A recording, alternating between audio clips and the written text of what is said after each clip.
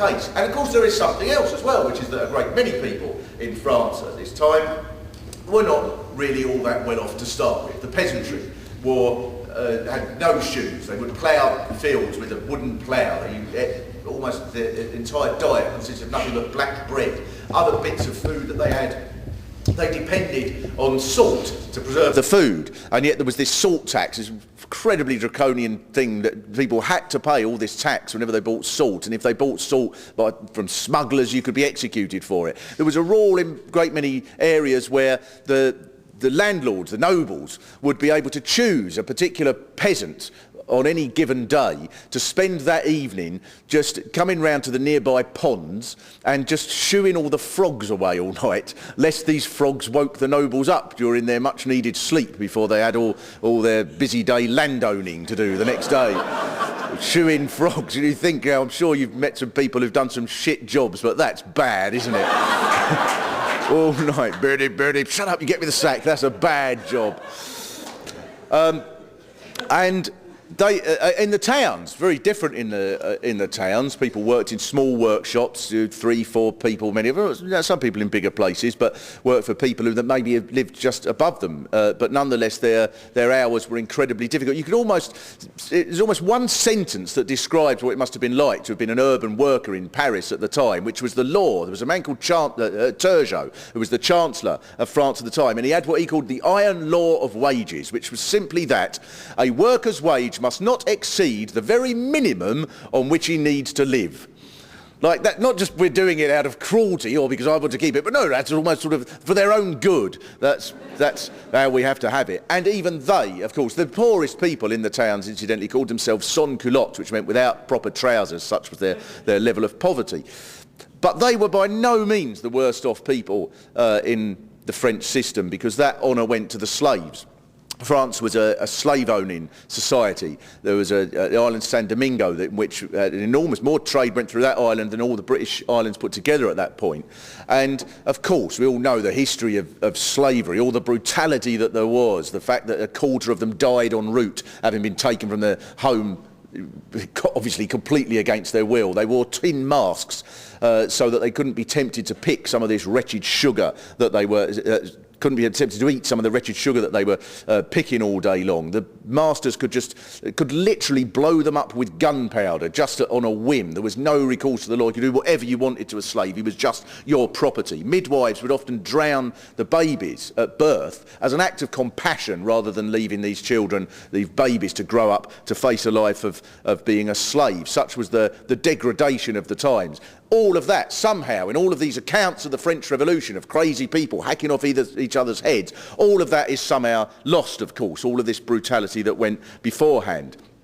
But there was another layer of society at the time that didn't have it quite so badly, which was indeed the royal family.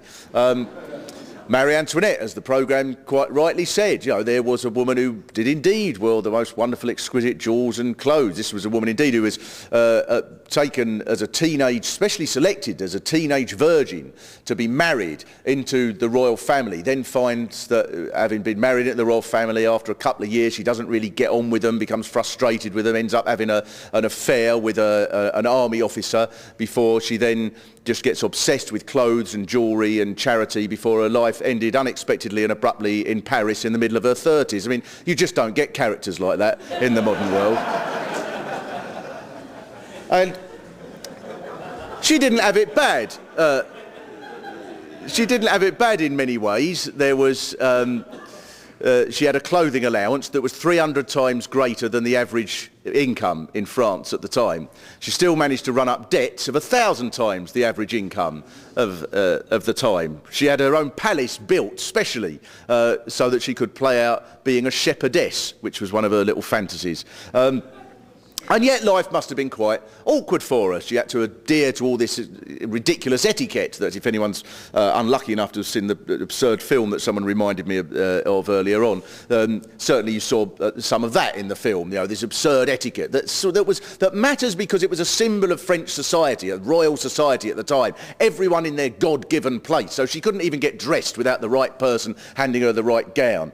And main job, of course, was to have a royal baby, and after a couple of years it was sort of noticed that no royal baby had emerged, and so Joseph II, who was a brother, came along to sort of conduct a bit of an investigation into why this might be the case, and he wrote a little report, sent a letter to a friend explaining what he'd found out. He said, "The king has strong, perfectly satisfactory erections. He introduces his member, stays there without moving for about 2 minutes, withdraws without ejaculating and bids good night." And then comes his advice, which is probably questionable. "If only I could have been there. I would have seen to it the King of France would have been whipped so that he would have ejaculated out of sheer rage like a donkey." Does that work? Does anyone know?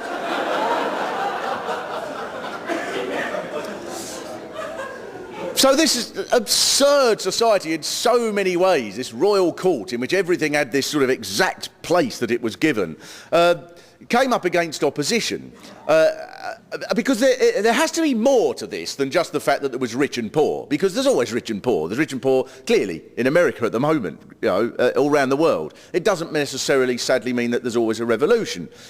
But there was another group of people as well in French society that were quite crucial to this, it seems to me, and that was a layer of people who wanted to make money, who wanted to embrace the science of the age, who wanted to be able to trade and build towns and cities and be able to move quickly and freely, and wanted the whole of society to be able to see that as the way forward, rather than just make money because they owned the land and they just took in this sort of income, these tithes and from frog-swishing peasants every month. This was a layer of society that clearly was wanted some more constructive way of building a society, of creating laws and so on, than the way that the royal family was used to instituting. For example, the royal family had this system of making laws which depended on a piece of furniture called le lit de justice, the legal bed. Now, the king, it was said, could make up whatever law he fancied at any given point as long as he was sat on this particular piece of furniture. Now, to anyone who wanted to construct a sort of anything vaguely modern and cited, this is not the way to make laws, is it? That one person, because of his bloodline, and he was probably even, I would like to think he even had a laugh with it and sort of half sat down and went, "Oh, everyone's got a hop on a Monday, I wasn't sat, you caught you."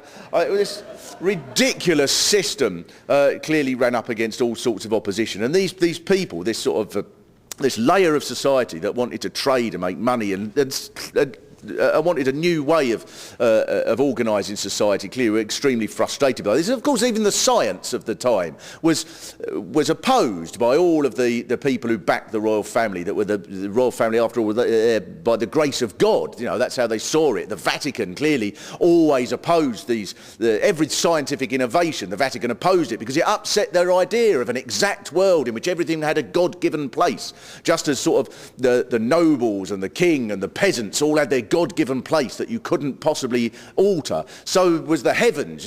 For example, when Galileo discovered these extra moons, the Vatican hated it because there were supposed to be 7 heavenly bodies with the earth in the centre of the universe, and that's the way it was. And Galileo saw these extra moons, and that, of course, upset the whole thing. And so they said, "You've got to retract this, otherwise we'll execute you," simply. In effect, they sent someone round to go, "Hey, Galileo, you didn't see no moons tonight, all right?" Which I think would have been a much better ending to The Sopranos.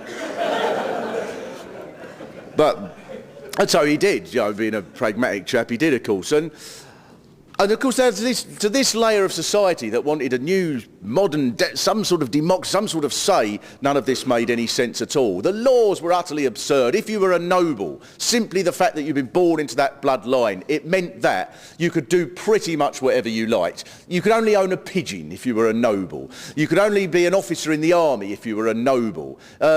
You could send your wine to market a month before a commoner, all this sort of stuff. Hunting, you could hunt wherever you liked, over someone else's land, ruin their crops, never mind. We have this in Britain even now. We've had this thing with the hunting ban, and the sort of aristocracy went berserk, because it just challenges their right to just dominate and rule wherever they like. For the purposes of writing an article, I went to a thing called the Duke of Beaufort's Hunt, and it was fascinating to see how, even now, how these people just cannot tolerate the idea of any elected representative telling them what to do. And I met this bloke. He was the co-master of the Duke of Beaufort's hunt.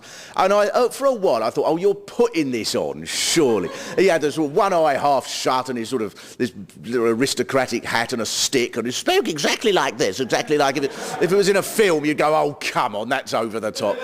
Yes, well, you see, we have this hunt here, you see, and it's one of those glorious events. And at one point, I swear, we looked round at this whole sort of vista of people in these purple tunics and that sat on these horses with this ridiculous regalia and drinking champagne. And I swear, he said, do you know why I love coming down here? Because here I get to meet people from all walks of life. And then he said, doctors, lawyers, peers, everybody. Now do you imagine how these people, that was so as an affront for anyone to challenge their rule in any way at all. And of course for people who wanted some sort of more rational world, then they wanted something a bit more sensible than that. And so there was a whole layer of people who complained and protested and wrote books about how there must be a more sensible way of organising society. Most strikingly, I think, Rousseau, the philosopher, who wrote these extraordinarily sort of radical books that seem radical even now, you know, a discourse on inequality, just the name of it for a start. Imagine the ruptions that caused. He wrote at one point, we are lost if we forget that the fruits of the earth belong to no one man but belong to us all. Incredible radical stuff. I mean, he also did a strange thing for a philosopher, I think, is you might think he married this woman called Therese, who was an illiterate maid who didn't even know the months of the year, which I think must have made for some of the most fantastic conversations ever, with him going, how can we be certain that what we perceive is actually real? And her going, oh, I don't know. Now I've got one for you. Have we had February yet? But Rousseau and others like him created this whole atmosphere of revolt, of wanting something different. And then there was an economic crisis. The French had been backing a war. They'd been backing your war against my good countrymen, and it had bankrupted them. And the king, when he found that the country was bankrupt, responded to this by buying 2 more palaces, which I'm not an economics expert, but I don't think that's going to work. And this clearly didn't work. He then decided to tax the nobles. Now, the nobles were the only people that were not due to pay any tax at all in society. But incredible, you know, it just shows how extraordinarily unequal it was. And the nobles went berserk, and they said, we're not going to put up with this, Your Majesty. And they did what must seem a very odd thing. They called a series of demonstrations across the country because they believe, well, like our people love us. You know, we are the landowners, and the people on the land, they clearly love us, as landowners often do, because people obviously defer to landowners because they've got no choice, and the landowners think, ha-ha, my people love me, and not quite getting that there isn't much choice about this. They called upon the people to rise up in support of them. It's a strange thing. And the oddest thing, which is very hard to sort of account for in many ways, huge numbers of people in almost every village, every town across France did indeed come out to the square. All sorts of historians have debated why this is happening. What were the demands? You know, what were the demands of these rioters? Because they don't understand. Just as you see, they're all around the world now. Whenever there's a riot somewhere, you know, you get this on the news. What are they demanding? Clearly not understanding that when a riot starts, but they don't have demands. You don't have a sort of scroll. Ha ha! This rock is in order to repeal law number. It's just years of frustration and the self-esteem. You've got to imagine people brought up to believe that God dictates that you are not worthy of ever being anything more than someone who swishes bloody frogs from your master's pond, and suddenly people feel this sense of there's loads of us, and anger and outrage, and that's all it is. All the demands are, "I fucking take that for your frogs, you bastard." That's all. That's all these explosions of outrage can of course be. And